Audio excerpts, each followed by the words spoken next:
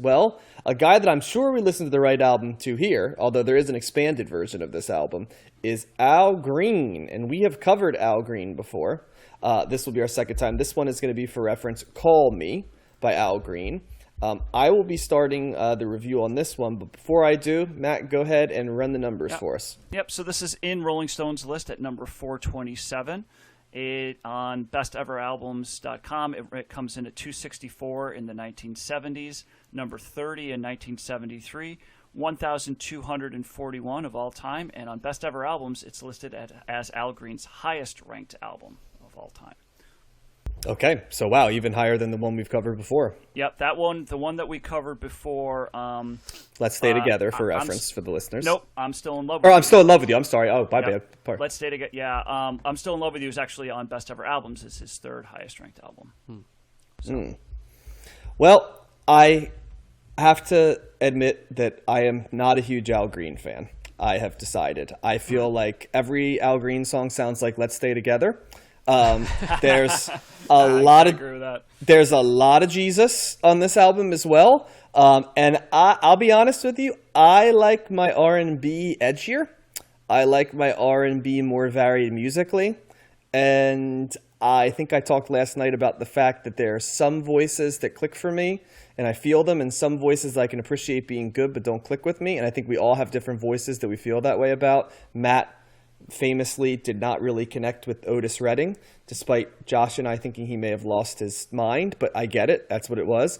I think Al Green for me is that voice. I just I was very flat on this album. I felt like I was listening to the same song quite a few times. Now, I mean, here there is one exception to that, and it's by far the best song on the album, which is also the song that the most people would know, which is Here I Am, Come and Take Me. It stands out as much on this album as the best song as I think Josh would say on that Carly Simon album, right? Like, remember there's the one song, it's like, and then everything else, or how I felt about the Rod Stewart album, that like Maggie May is probably clearly the song that was the most put together, you know what I mean, no matter how you feel about it. To me, that song, you know, came at number 6 and very much was like, ooh, there's more musicality on this. There's a little variation. There's a little bit of feel, dare I say. Al Green stepped a little bit into sexiness there, and I was like, ooh, okay, this is a little bit more. But then, you know, Al Green seems like such a nice guy, but like I don't know if I want my R&B to be titled like Have You Been Making Out Okay? You know, it's like, that's awesome. I love that you feel that way. But like, you know, like, I don't know, you know, yeah, I'm doing well, Al. And now I'm going to go on to the next album, like where Marvin Gaye is, you know what I mean? Either telling me about social unrest or telling me about doing it, right? Or Otis, you know, Redding or Sam Green is peeling the paint off the wall. Or Roberta Flack is telling me tales about relationships that I can feel her deepness. Or Aretha, you know what I'm saying? It's just, it doesn't do it for me as much. And so I have to say this one's not in terms of pleasantness, but in terms of re-listenability and just liking it, I think I have to trend down on this one a little bit, guys. It kind of it blended together for me, and I think for me personally, it paled in comparison to a lot of the R&B we've been listening to in the 70s. Oh, great. So I like this better than the first Al Green album that we covered. I only listened to that one once, and I've only listened to this one once. The thing that stood out to me the most about this was, and I don't know if it was there in the first album, but what stood out to me was how upfront the drums are and the percussion instruments. Yes. They are the predominant instruments that you're hearing. The guitar, the orchestration, horns, for sure. even background vocals are all set to the behind the drums. And I liked that. I felt that I first of all, I do agree with you, John. I was thinking the same thing. That all sounds like Let's Stay Together. So there's definitely a sameness here.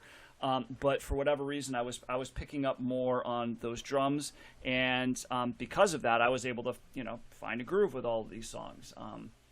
And I think I like that. I think if he'd had decided not to do that so much with the drums and the other instruments were up front, I'd be much less interested in this record. So the drums really save it for me and make it an album that I actually liked. But I'm not going to. But it was also a similar listening experience with Toots and the Maytals, because it kind of does stay in that lane. I don't mind Al Green's voice. I like it. I got, the more it went on, the less, the more the more I liked it. Like, he's got a very,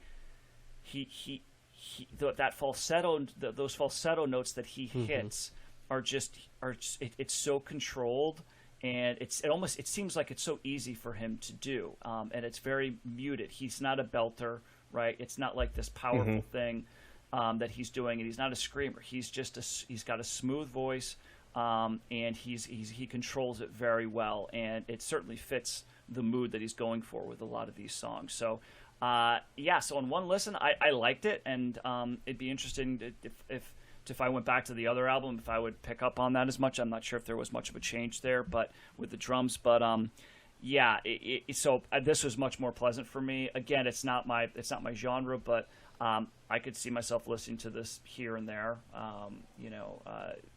because I just like that drum beat so much, and it does permeate the album. So I also liked how, if you listen on the headphones, it's kind of interesting what he does with the vocals, because he uses the stereos kind of all over the place on this, because a lot of times you'll get the background voices that'll just come in for a little bit, and maybe it's in the right ear, and then a little bit later it'll come in the left ear, or maybe this horn's coming on this side or that side. So it makes that kind of an interesting experience. I didn't find it. I think that could lend itself to being an annoying experience, but I also think that he didn't do it a ton or like all the time. At least back to back, so I didn't find it as offensive, I think, as it could have been if it was overdone. So I think I like this a little bit more than John, but I get why that sameness could be, all right, I'm done with that, right? Because it does kind of stay in that lane. So yeah, I'm kind of in the similar thinking as you guys. I like this album. I didn't love it. I pair him and Marvin Gaye in my mind together, and so I kind of was in my head making the comparison between him and Marvin Gaye and their music. I think thematically he's kind of similar to Marvin Gaye, but this is a less carnal album. It's more like sultry and more loving, I would say. It feels like when you listen to this album that Al Green is singing like right in your brain or something, like right next to you. Yeah, I agree. And I liked what Matt was saying about the switching of the instruments depending on what ear you're listening to. You can hear like the horns in the left and like him singing in the right at times and things like that. And I thought that was cool. I would agree that the songs ran together for me, but I think the overall vibe is what carried me through and what I enjoyed about this album. I feel like it was good to groove to and walk to, and I just kind of liked how he is confident and like loving in the music, and that comes through, and his voice is great. Like Matt said, he has a higher voice because Marvin Gaye doesn't sing falsetto in the way that Al Green does. I mean, I don't think Marvin Gaye sings falsetto at all, but no, he does. He does. Not often though, but he does. Yeah. But Al Green's like all falsetto, right? So it appears like higher throughout, or you'll notice it more. That's a way you can differentiate them. And yeah, I guess this is foundational R&B at the end of the day, right? I guess if you were soul music, waves of R&B in the way that there's waves of ska. I don't think so, but no. But I mean this.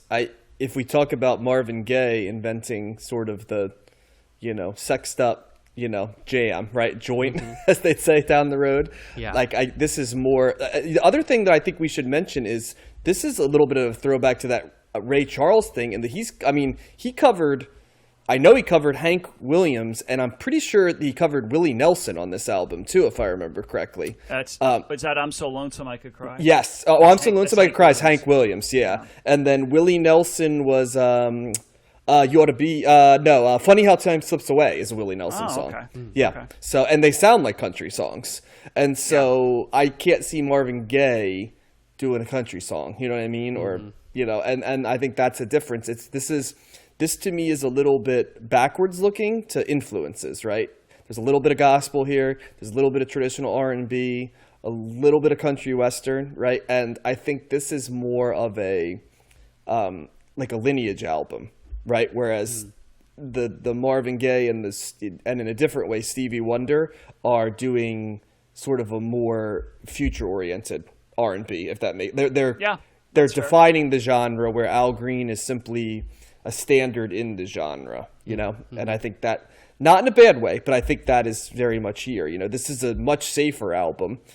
You probably would want Al Green to be your neighbor and watch your kids more than a lot of other folks in it. But for me, and this is, I think, something I struggle with a lot. I struggle sometimes with music that's just definitively happy, and like that sounds almost like cynical, but I don't want it to come off that way. You know what I mean? I think I need more. We often describe it as edge, right? And I think I connect better with R&B that has a little bit of edge and a little bit of danger, a little bit of strife, a little bit of sex, a little bit of everything. You know what I mean? It's way more interesting, and I agree. For me. And I agree with that. It's kind of weird when you hear a song that's like everything is great, and you're like, really? Well, it's also the sax. You're the sell sax. something. The saxophone is well played, right? There's definitely tenor sax in this, and baritone sax for that matter. But it's just the sax that's there, right? And like Matt said, the production is the drums kicked up front with Al Green's voice up front. So the sax just kind of blends into the wallpaper a little bit. And for me, if you're gonna use some sax, like sax is a statement instrument sometimes when used right. You can use it a little bit to accentuate stuff, like a good condiment, or you could put it in and just explode off the page like those jazz albums we listen to. In this, the sax is kind of like, the lettuce on a sandwich, right? Whereas I feel like it should be more the Dijon mustard, or the pickles, or something that has a little bit more say, right? So it's no yakety sax. That's what you're saying. It's no yakety sax is right. But there's a lot of brass on this. There's besides the sax, I heard others. I heard trumpet for sure. The personnel on here is extensive. There's lots of, and there's all these assistant producers and background vocals. But yeah, there's lots of instruments. I thought the album as a whole sounded really good. The production was good, but it's that very specific production where you kick the voice. That was like going back to the Marvin Gaye album, What's Going On? All I could think of is I wanted Marvin Gaye to be produced this way because I wanted his voice and one instrument up front. And like, sometimes that really works, for my opinion, when somebody has a really strong voice, right? Aretha Franklin's another one that should be produced that way. Al Green has a strong voice, but I don't know. I would have liked some more window dressing along with it for me. Yeah. No, it's interesting how like comparing this album with the Toots and the Maytals, because they're both like that. They do have that sameness, but this, I don't know. I think because of those drum beats, like it was just every song there was a groove going on, and I guess I like that a little bit better than the reggae, grooves. It was just more appealing to me. But I see what you're saying, but yeah, for some reason I think the other thing too is I was expecting to not like this because I didn't really care for the first one. So the fact that I was kind of feeling it, I was like, what's going on? I wasn't expecting this. So it's kind of it made me more I guess positive on it by the end of the record. Just because of that, because I wasn't expecting much. Yeah. Gotcha. Any final thoughts you want to add, Josh? There's something, he's got kind of this powerful feeling when you can repeat a line over and over again and kind of like gets into your head or your heart a little bit. Like, have you been making out okay? He just has this like low, like repetition of it. And for some reason, it just kind of, it speaks to me for some reason, or it just makes me want to sing it, I guess, or Josh, can you hit those notes? Hell no, I can't sing at all. So I don't even know what I'd be. I'd probably be like, I don't even know. Not good. An aspirational baritone? Is that what you're going for? Yeah. Yeah, bass. Oh. Like what's his name from Boys to Men? You just do speaking interludes the entire time. Baby, I'm so sorry. Girl, I was thinking of you. Stuff like that. But yeah, no, Al Green, definitely higher caliber of singer than that. But yeah, it fell a little flat for me, and I think I like the first album a little bit better too that we covered from Al Green, if I'm to be honest. The highs were higher for me.